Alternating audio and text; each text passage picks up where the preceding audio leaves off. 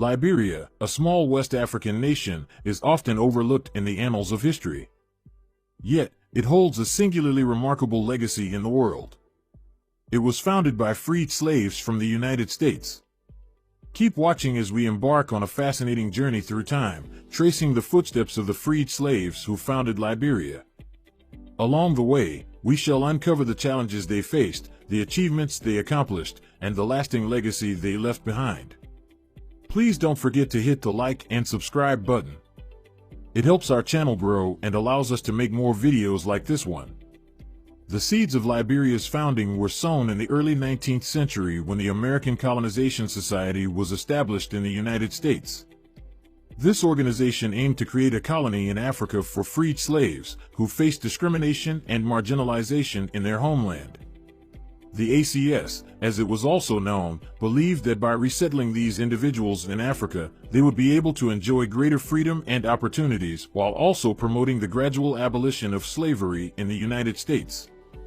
In 1820, the first group of freed slaves set sail from the United States, bound for the shores of West Africa. The voyage was fraught with peril and hardship, as these pioneers faced not only the dangers of the open sea but also the uncertainties of their new lives in a foreign land. By 1847, some 300 black settler families from the United States had set up an independent republic. For more than 100 years, from 1877 to 1980, Liberia was governed under a one-party system in which the same party, the true Whig Party, controlled by the same elite group, held office continuously, dispensing patronage, deciding on public appointments and retaining a monopoly on power, a record equaled by no other political party anywhere in the world. Elections were nevertheless taken seriously, if only to determine which family emerged on top. Namely, the Barclays, the Kings or the Tubmans. As members of a ruling aristocracy, the Americo-Liberians, as they called themselves, were immensely proud of their American heritage. They developed a lifestyle reminiscent of the antebellum South, complete with top hats and mourning coats and Masonic lodges. They built houses with pillared porches, gabled roofs and dormer windows resembling the 19th century architectural styles of Georgia, Maryland, and the Carolinas. They chose as a national flag a replica of the American Stars and Stripes, with a single star, and used the American dollar as legal tender.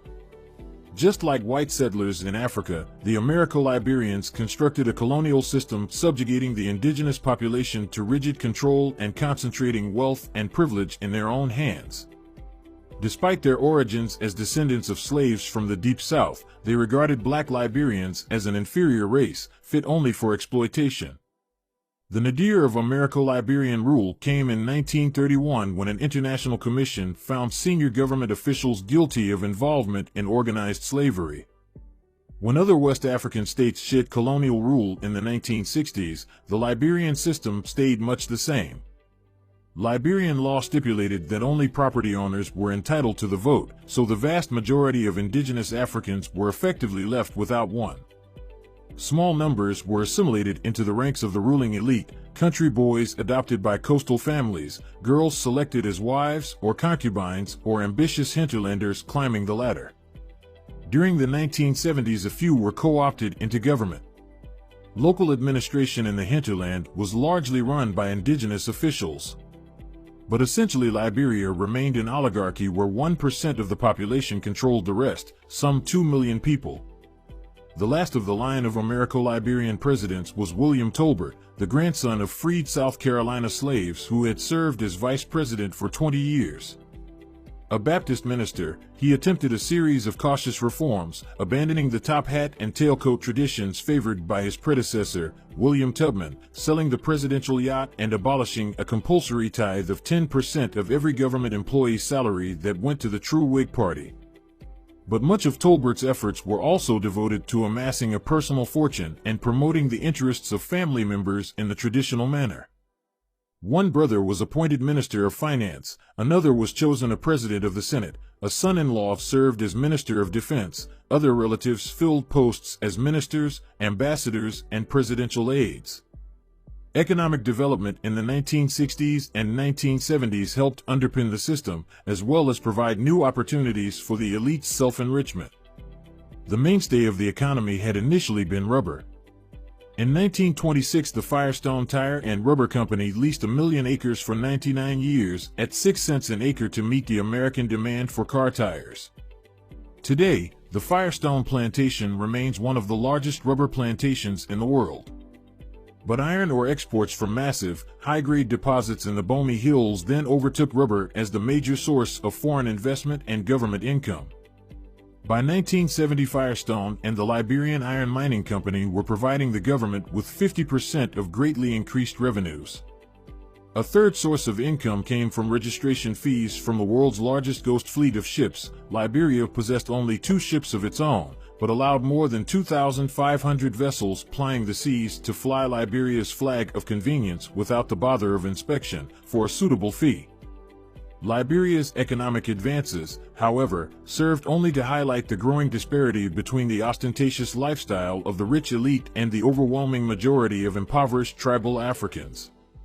In 1979, the same year that Tolbert spent an amount equivalent to half the national budget while acting as host to an OAU Heads of State Conference, demonstrators took to the streets in protest against a 50% increase in the price of rice, the staple food of most Liberians.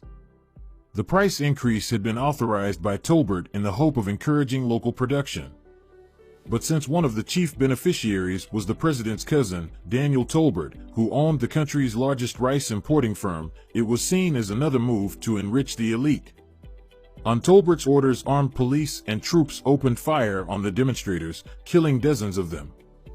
In the following months, Tolbert struggled to contain a rising tide of discontent, colliding not just with the poor but with a new generation of the educated elite.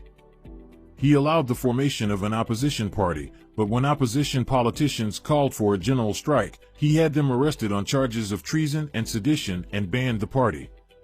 On the night of April 12, 1980, a group of 17 dissident soldiers led by a 28-year-old master sergeant named Samuel Doe scaled the iron gate of the president's 7-story executive mansion, overpowered the guards, and found Tolbert in his pajamas in an upstairs bedroom.